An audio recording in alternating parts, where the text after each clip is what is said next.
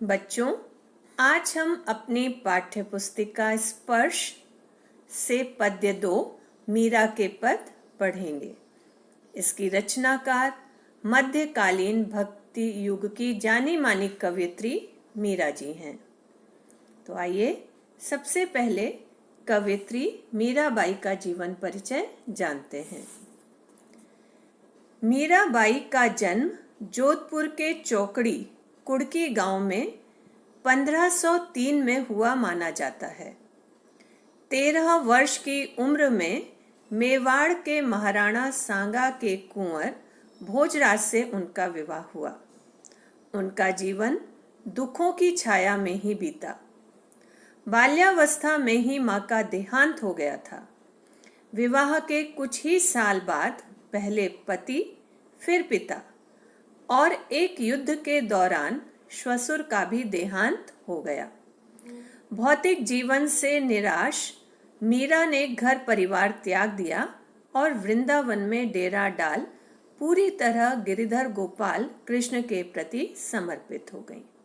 तो मीराबाई का पूरा जीवन दुखों में ही बीता।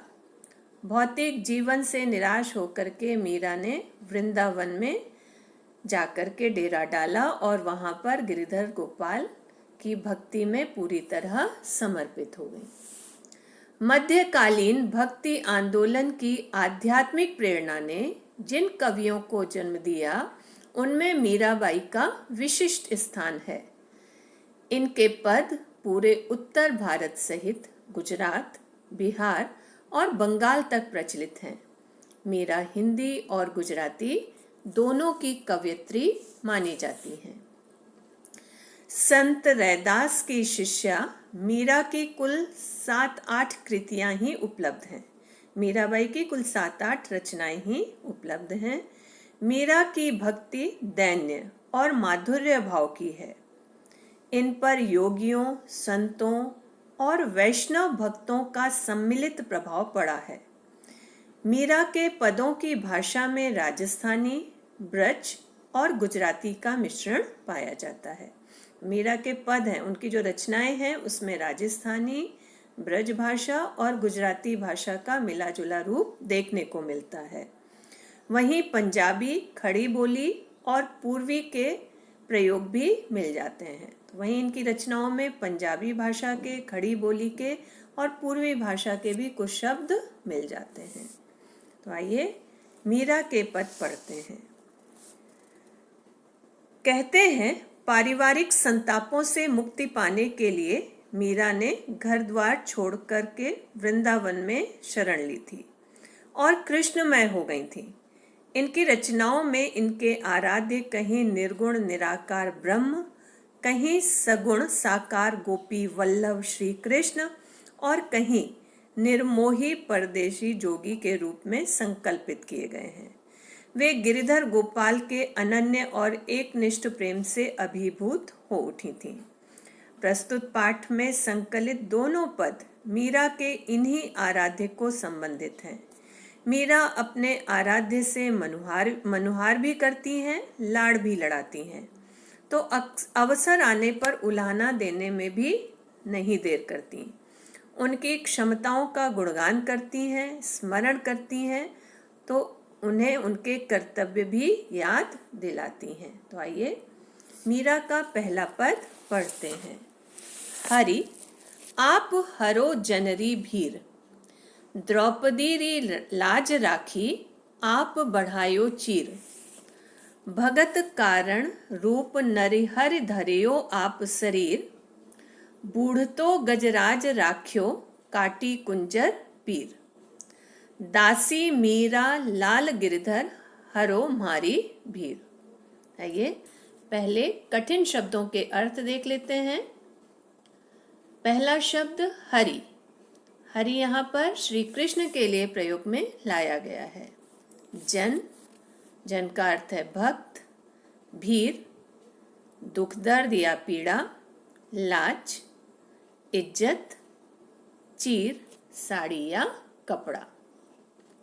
गजराज, हाथियों का राजा ऐरावत। कुंजर, हाथी। लाल गिरधर, इसका भी प्रयोग श्री कृष्ण के लिए किया गया है। म्हारी हमारी, शरीर शरीर। तो आइए पद पढ़ते हैं और उसका अर्थ समझते हैं। हरि आप हरो जनरी भीर, द्रौपदी री लाज राखी आप बढ़ायो चीर। भगत कारण रूप नर हरि धरियो आप शरीर, बूढ़तो गजराज राख्यो काटी कुंजर पीर। दासी मीरा लाल गिरधर हरो मारी भीर। तो हरि आप हरो जनरी भीर। प्रस्तुत पंक्ति में कवयित्री मीराबाई ने अपने कृष्ण से अपनी पीड़ा हरने की विनती की है। इसी वजह से वे हरि के उन रूपों का वर्णन कर रही हैं जिन्हें धारण करके उन्होंने अपने भक्तों की रक्षा की थी। यहाँ मीराबाई कहती हैं कि हरि हे कृष्ण, आप अपने भक्तों की पीड़ा दूर करने अवश्य आते हैं। और उन्होंने हरि के विभिन्न रूपों का वर्णन किया है जहाँ पर वे अपने भक्तों की पीड़ा दूर कर रहे हैं। द्रौपदी री लाज राखी आप बढ़ायो चीर। इस पंक्ति में मीरा ने हरि के कृष्ण रूप का वर्णन किया है। मीरा कहती हैं कि जिस तरह आपने द्रौपदी की इज्जत को बचाया और उसकी साड़ी के कपड़े को बढ़ाते चले गए। भगत कारण रूप नर हरि धरियो आप शरीर। जिस तरह आपने अपने भक्त प्रहलाद को बचाने के लिए नरसिंह का शरीर धारण कर लिया था। बूढ़तो गजराज राख्यो काटी कुंजर पीर। इस पंक्ति में मीराबाई कहती हैं कि हे प्रभु, जिस तरह से आपने हाथियों के राजा भगवान इंद्र के वाहन ऐरावत को मगरमच्छ के चंगुल से बचाकर उसकी पीड़ा हरी थी। दासी मीरा लाल गिरधर हरो मारी पीर। श्री कृष्ण उसी तरह से अपनी इस दासी, अपने इस भक्त के सारे दुख हर लो, अर्थात मेरी पीड़ा का नाश कर दो।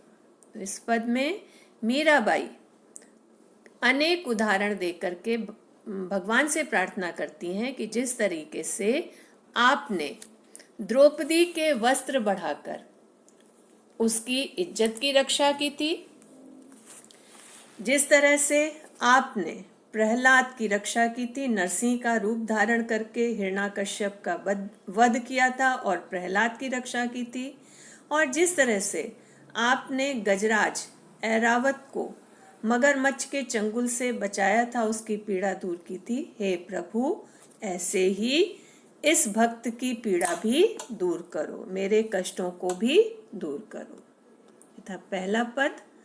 दूसरा पद देखते हैं। दूसरा पद है श्याम म्हाने चाकर राखो जी, गिरधारी लाला म्हाने चाकर राखो जी। चाकर रहस्यों बाग लगास्यों, नित उठ दर्शन पास्यों। बिंदरा वनरी कुंज गली में गोविंद लीला गास्यों।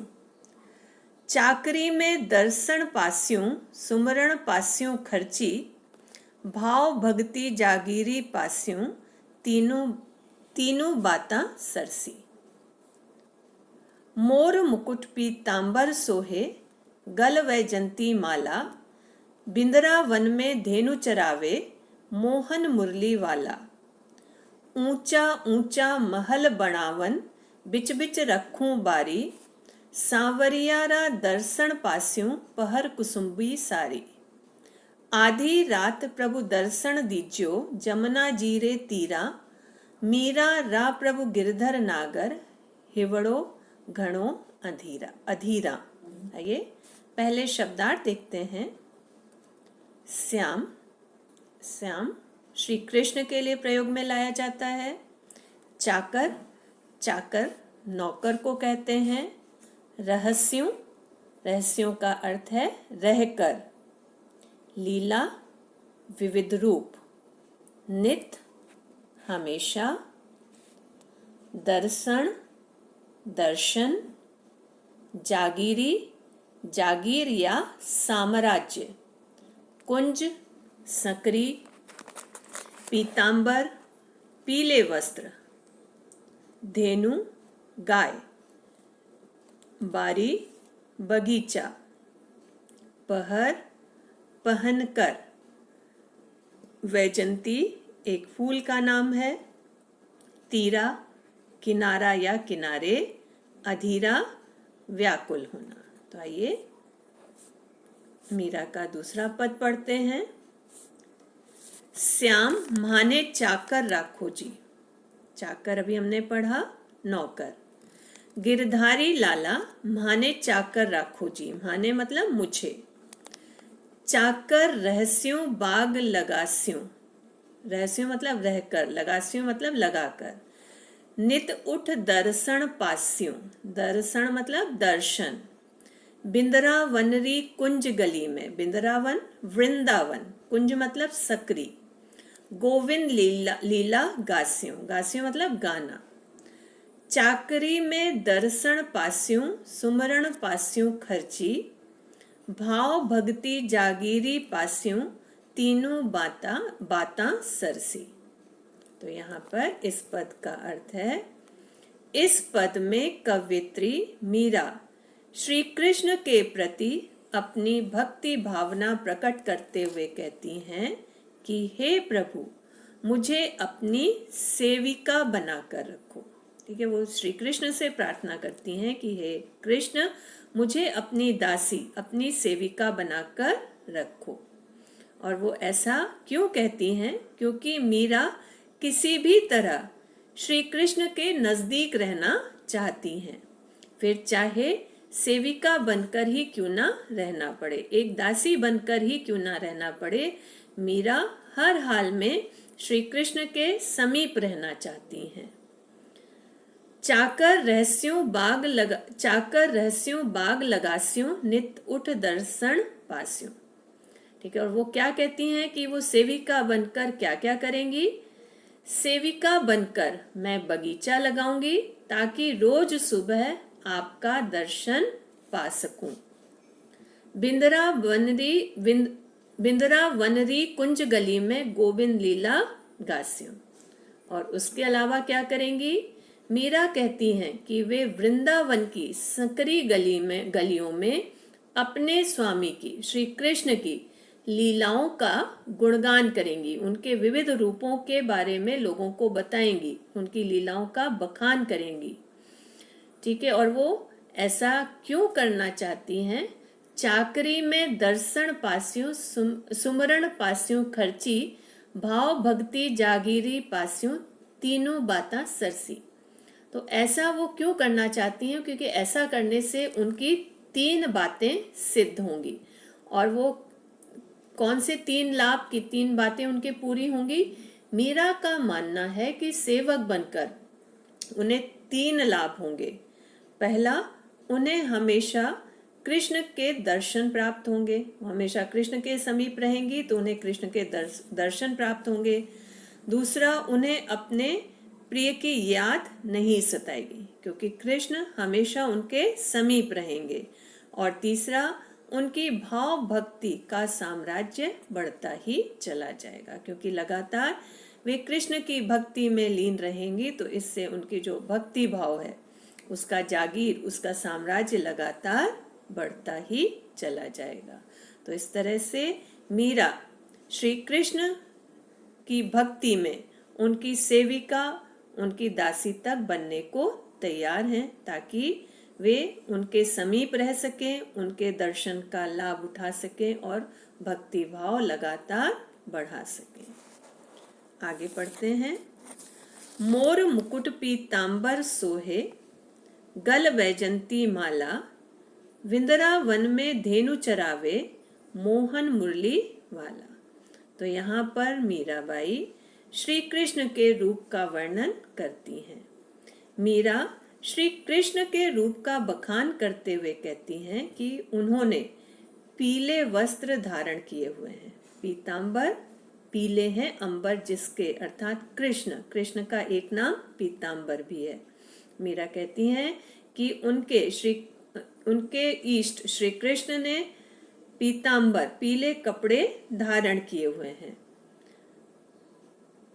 सिर पर मोर के पंखों का मुकुट विराजमान है और गले में वैजंती फूलों की माला धारण की हुई है। वृंदावन में धेनु चरावे मोहन मुरली वाला। ठीक है, उनके कृष्ण वृंदावन में गाय चराते हुए मुरली बजाते हैं तो वे सबका मन मोह लेते हैं। ठीक है, ऐसे श्री कृष्ण जिन्होंने पीले कपड़े धारण किए हुए हैं, जिनके सिर पर मोर का मुकुट है, जिन्होंने गले में वैजंती फूलों की माला धारण की है, तो ऐसे कृष्ण जब वृंदावन में गाय चराते हुए मुरली बजाते हैं तो वे सबका मन मोह लेते हैं। आगे वे क्या कहती हैं?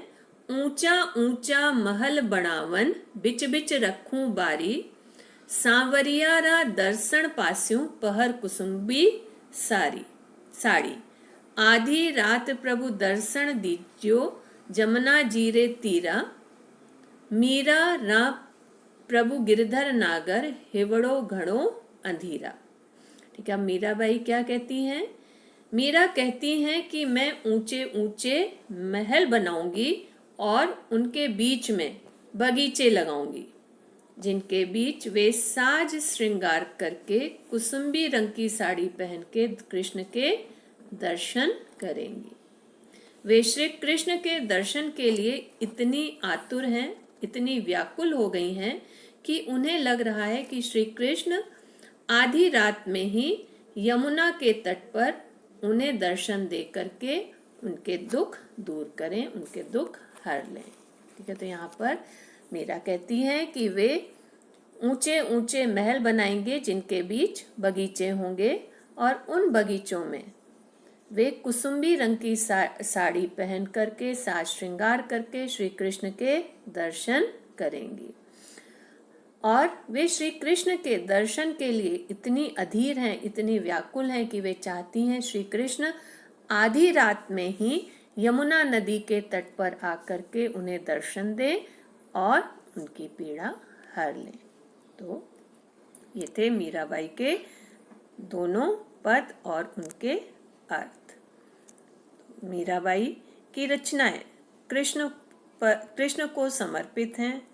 कृष्ण भक्ति में वे लीन रहती थी और अपनी रचनाओं में वे कृष्ण का गुणगान करती थी।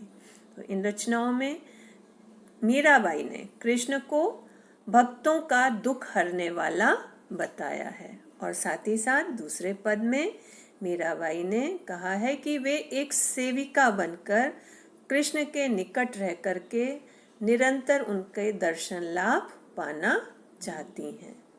और उन्होंने कृष्ण के रूप का बखान करते हुए कहा है कि वे कृष्ण के लिए ऊंचे ऊंचे महल बनाएंगी, बीच में बगीचे लगाएंगी और अगर वे आधी रात को कृष्ण के दर्शन पाना चाहें तो कृष्ण उन्हें यमुना नदी के तट पर दर्शन देने आए और उनके दुख को दूर करें।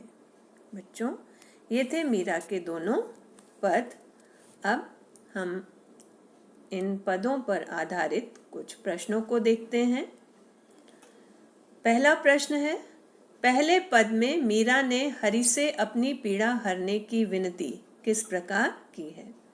तो पहले पद में हमने पढ़ा था कि मीरा ने कृष्ण से, हरि से अपनी पीड़ा हरने की विनती की है और उसके लिए उन्होंने उदाहरण दिए थे कि जिस तरीके से द्रौपदी का वस्त्र बढ़ाकर उन्होंने उसकी इज्जत रखी थी, नरसिंह का रूप धारण करके प्रहलाद को बचाया था और इसके साथ ही साथ उन्होंने ऐरावत की भी रक्षा की थी, वैसे ही वे उसके भी कष्टों को दूर करें। तो इसका उत्तर होगा, मीरा ने हरि से अपनी पीड़ा हरने की विनती की है। प्रभु, जिस प्रकार आपने द्रौपदी का वस्त्र बढ़ाकर भरी सभा में उसकी लाज रखी, नरसिंह का रूप धारण करके हिरण्यकश्यप को मारकर प्रहलाद को बचाया, डूबते हुए गजराज को बचाया और कष्ट दूर करने के लिए मगरमच्छ को मारा। हे प्रभु, इसी तरह मुझे भी हर संकट से बचाकर पीड़ा मुक्त करो। दूसरा प्रश्न देखते हैं। दूसरे पद में मीराबाई श्याम की चाकरी क्यों करना चाहती हैं, स्पष्ट कीजिए।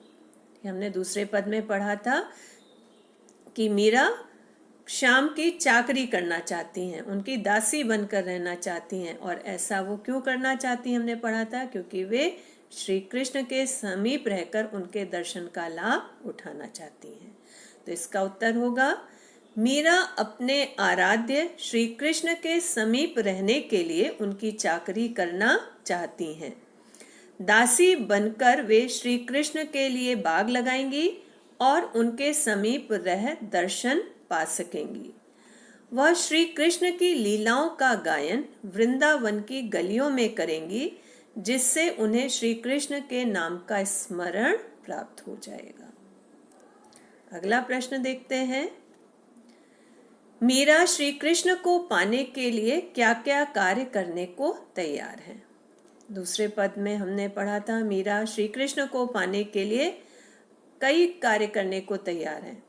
वे सेविका बनकर उनके साथ रहना चाहती हैं, उनके लिए बाग बगीचे लगाना चाहती हैं, वे उनकी लीलाओं का गुणगान करना चाहती हैं। तो इसका उत्तर होगा, मीरा कृष्ण को पाने के लिए अनेक कार्य करने को तैयार हैं।